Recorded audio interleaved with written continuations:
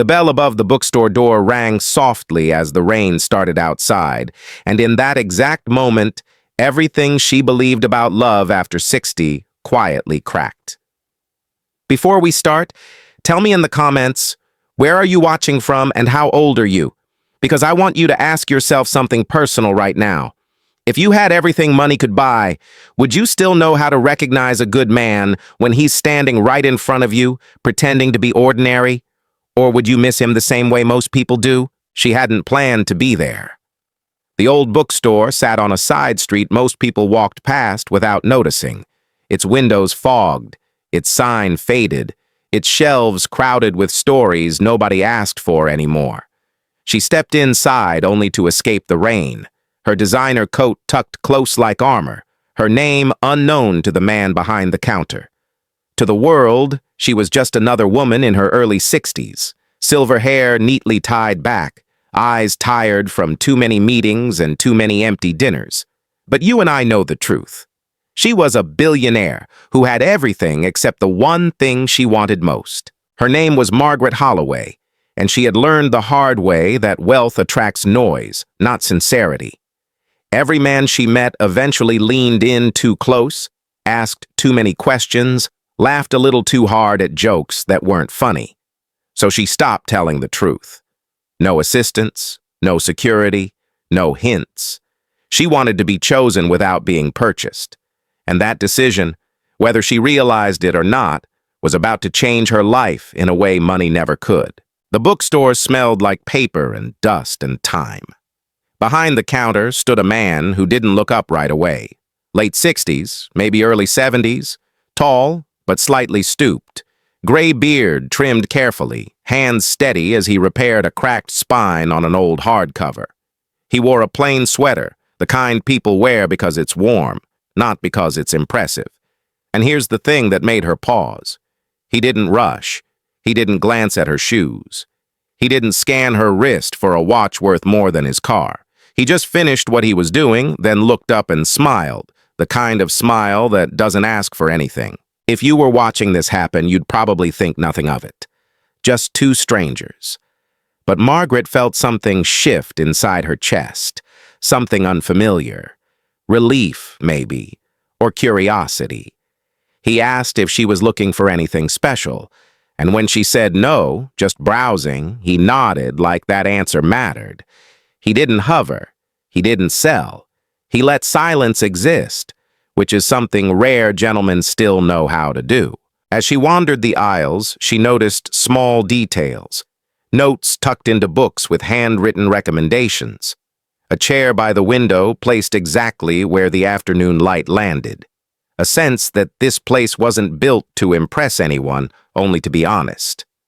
After a few minutes, she picked up a worn novel, one she'd loved in her 20s, and brought it to the counter. The man glanced at it and smiled again, softer this time, like he recognized an old friend. They talked, but not the way people usually do. No resumes disguised as conversation, no subtle bragging. He mentioned he'd owned the shop for decades, that it barely broke even, but it kept him company. She told him she'd just moved to the area, which was a lie, but one she felt strangely guilty about telling. He didn't ask what she did for work, didn't ask where she lived.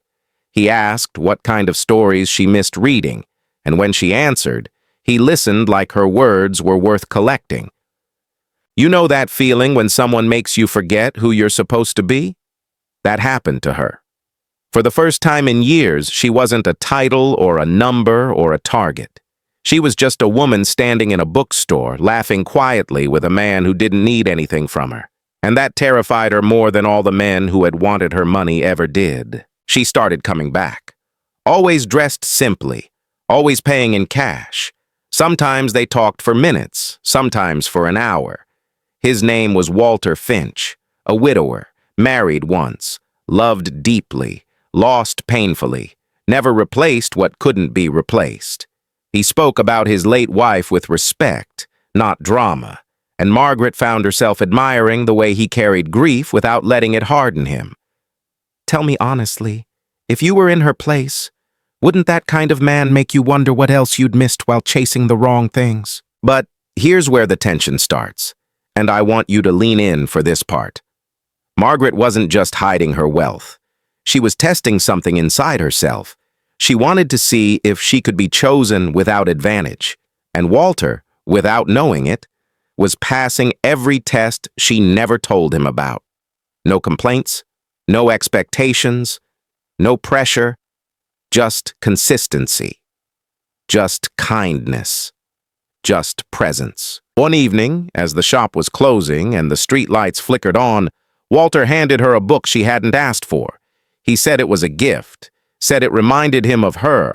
She tried to refuse, but he shook his head gently and said something that made her breath catch. He said, "Some things aren't bought, they're shared." And in that moment, she realized something dangerous. She was falling for a man who had no idea who she really was. As she stepped outside, rain starting again, phone buzzing in her bag with messages from a world she'd been avoiding, Margaret knew she was standing at the edge of a truth she couldn't outrun forever. Because if this became real, truly real, she would have to choose between protecting herself and being honest with the one man who saw her without trying. And right as she turned back to look at the bookstore window one last time, she saw something inside that made her stop cold, her heart tightening for reasons she didn't yet understand. Through the fogged glass, she saw Walter at the counter, not alone. A woman stood across from him, younger than Margaret, stylish in a quiet, intentional way. They were close enough to share the same pool of lamplight, close enough that the scene felt intimate without being improper. The woman laughed, touched the edge of the counter, leaned in as if she belonged there. Margaret felt a sharp, unexpected pull in her chest. It wasn't jealousy exactly, it was fear. Fear that the one place she'd felt unseen and safe might already belong to someone else. She didn't go back in that night. She walked home in the rain, the book pressed to her chest like proof of something fragile. Sleep didn't come easily. Her mind kept replaying small moments, wondering which ones she'd imagined as special and which ones had been real. By morning, the rational voice she trusted in boardrooms told her to walk away. She had too much to lose. But another voice, quieter and older, asked her when she'd last chosen feeling over safety. She returned 2 days later, earlier than usual. The bell rang, and Walter looked up, surprise flashing across his face, before softening into that same calm smile. She tried to sound casual as she asked about the woman.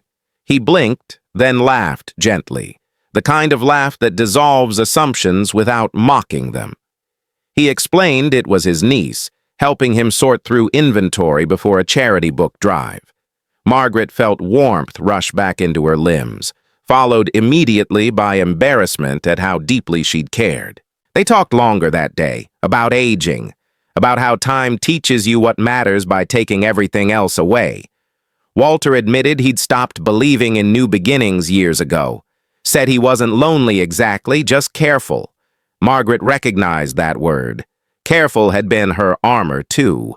And sitting there, surrounded by stories written by people long gone, she realized how tired she was of wearing it. Weeks passed. Their connection deepened, not through grand gestures, but through shared silences and small truths. Walter told her about the night he'd almost closed the shop for good. Margaret told him about losing friends to distance and ambition without mentioning the wealth that had built those distances. She felt closer to him than she had to anyone in decades, and that closeness came with a growing ache. The lie was becoming heavier than the truth.